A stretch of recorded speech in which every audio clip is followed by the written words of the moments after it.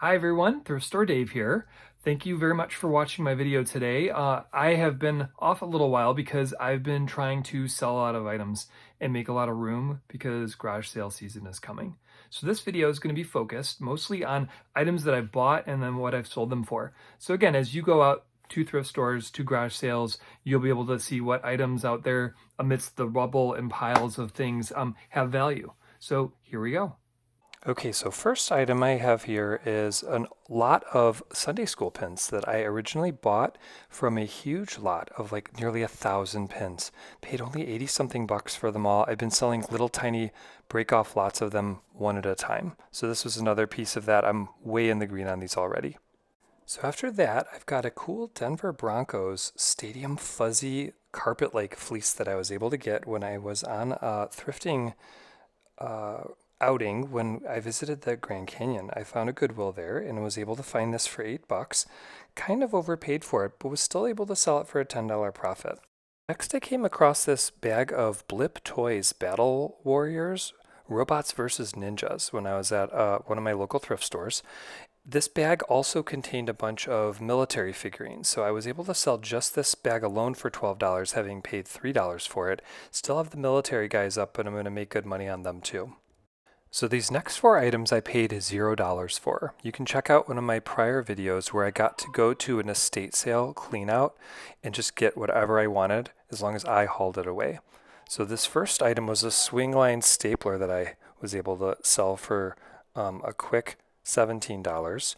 After that, a futuristic sports car VHS tape rewinder that I was able to sell for $20.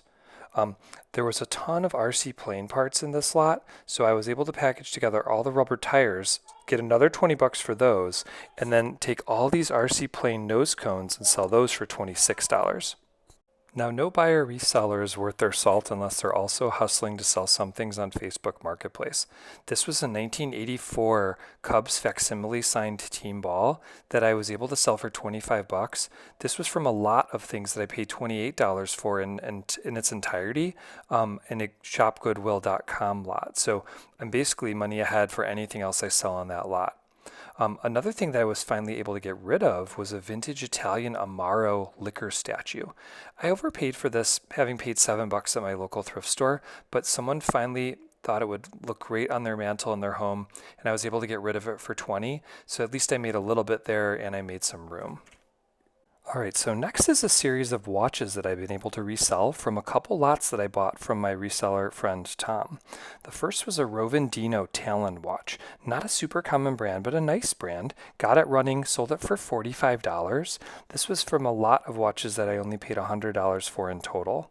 The Wittnauer watch and the next one after that, the Gruen 10 karat rolled gold 17 jewel watch, I was able to sell just for parts for $18 and $20 respectively. Sold an old Casio twin set watch from the 90s, one of those early digital watches, was able to get $30 for that.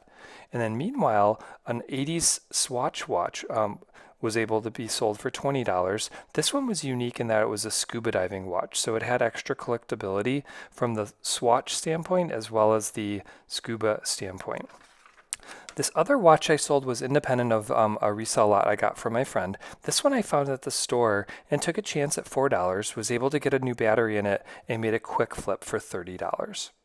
Thank you so much for watching so far. Please like the video if you're enjoying the content and subscribe to the channel if you haven't so far. Here we go with some more items.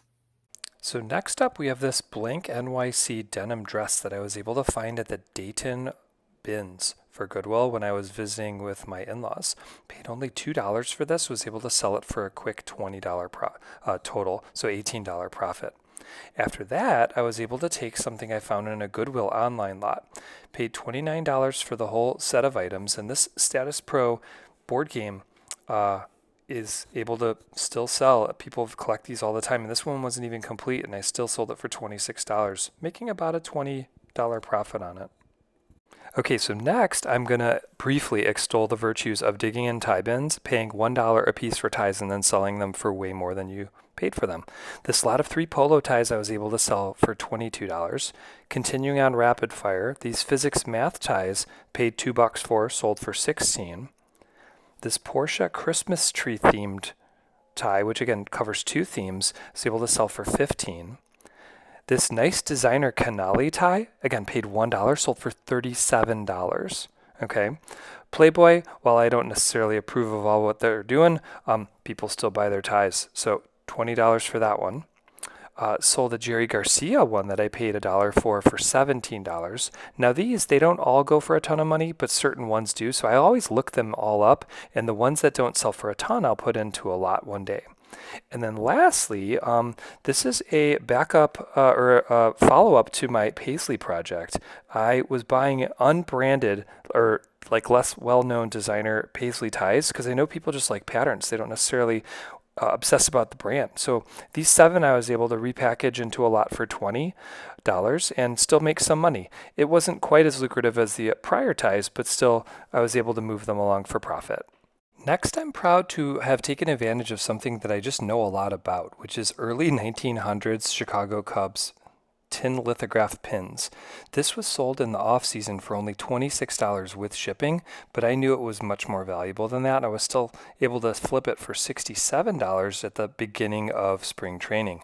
So that was a nice $40 profit with basically no effort, just my knowledge of the collectible. Just a few more items to go. Next, I have this lot of brass and porcelain coat hangers or hooks that I was able to find again at my local thrift store for $5.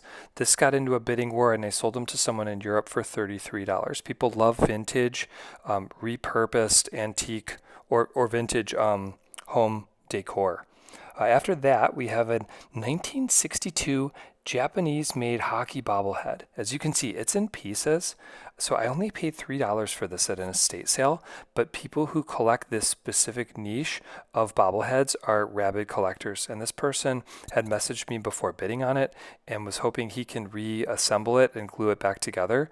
So this was a nice quick $30 profit from an estate sale that I went to. After that, we've got a Mickey Mouse plastic mug that at first glance I would normally walk away from, but this was at the Dayton bins that I went to. So I paid about 50 cents for this. So flipping it for $11 was still a 22x profit. So that's why I chose to do it, because it was lightweight. It wouldn't cost much to ship. The final thing I have for this video is something that I stumbled upon in my local thrift store. It was made by the Bradford Exchange. They're known for making different pieces that you can mount on mantles, and this one was US Army themed, so I figured it would have collectability. It looked to be a limited edition, and it only cost $5. So I put it up for a price or best offer, was able to sell it for $40 to a serviceman abroad. So I was very happy. I included a message to him thanking him for his service. All right, so that is going to wrap up what I've been able to buy and sell for the last period of time. Thank you again, as always, for watching. Please like the video if you enjoyed the content. Please subscribe if you haven't. And please check out my eBay store, LC208. That is where I sell these items that I found. Please tune in again next week. We'll see what I've got to share with you guys then. I'm Thrift Store Dave.